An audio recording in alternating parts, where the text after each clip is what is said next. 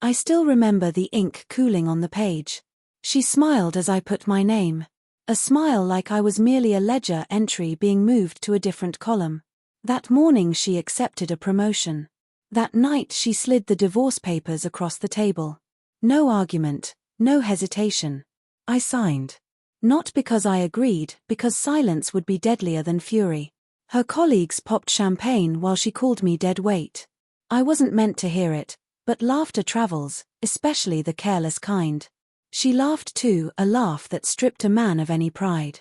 I left that night and vanished. 10 years together, or so I had believed, our first flat, the endless nights balancing bills, my extra shifts covering the gaps while she studied late. I cooked, I cleaned, I kept the tempo steady so she could climb. When she passed the banking exam, I framed the certificate myself and hung it like a trophy. She kissed me and breathed, we made it. But we was temporary. Once the salary and title arrived, we became me. Her marriage had been ending long before the paperwork. The betrayal wasn't the signature. People fall out of love. It was the theater, the timing. She didn't go quietly, she turned the break into a party for herself. I didn't scream. I didn't plead. I didn't ask for explanations. I disappeared. She thought my silence proved weakness. What she failed to grasp was silence can be honed into a blade sharper than any shout. I started again with nothing. She kept the house, the car, the accounts, everything we had assembled. Fine. Keep the walls. Walls break. I moved 2 cities away under another name, a tiny apartment, cash-only rent, jobs that left no web. No social accounts, no forwarding address. If she searched, she'd find nothing. But I watched. Quietly.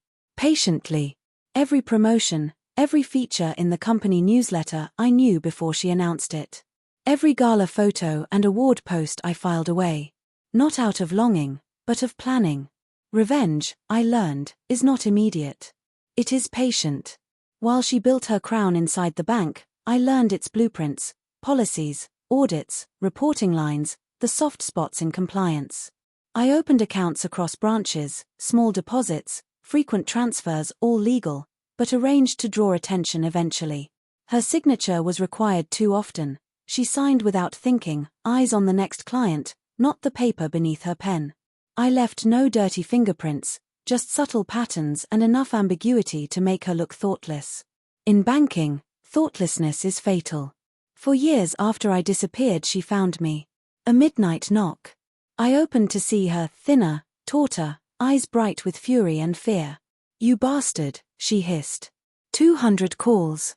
200 messages. Nothing. I leaned in the doorway, composed. Persistent, I'll give you that. "You ruined me," she said. The voice broke. "They were auditing everything," she cried.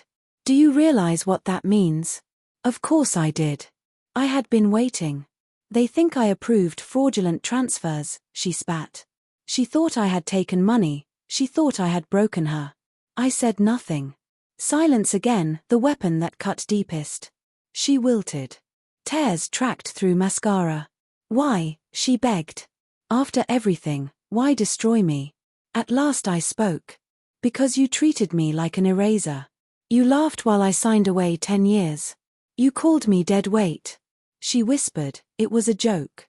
"No," I said, "it was the confession." The audit spread like wildfire. Rumors slithered down corridors. Clients withdrew funds. Supervisors stepped back. The promotions she once wore like medals unraveled, one by one. I never handled her money. I never planted forged records. I only struck the match of suspicion and let her arrogance fan the flames. She called again, pleaded, even begged me to clear her name. "Please," she said. But my decision was made years ago. Silence. The last time I saw her, she was no longer the polished branch manager. She was a woman unmade under fluorescent lights, clutching a cardboard box, escorted out of the bank she once commanded. Across the street our eyes met for 3 long seconds. She opened her mouth. I turned away before any sound could find air. Now, 4 years from her celebration, I sit in a cafe with a cooling coffee at my elbow. She is somewhere rebuilding or still falling apart. It doesn't change anything. People ask if I feel remorse, if patience and precision were worth the cost. I think back to the night she called me dead weight and I smile, because she was right about one thing. I was weight. But weight has another truth she never learned: it crushes.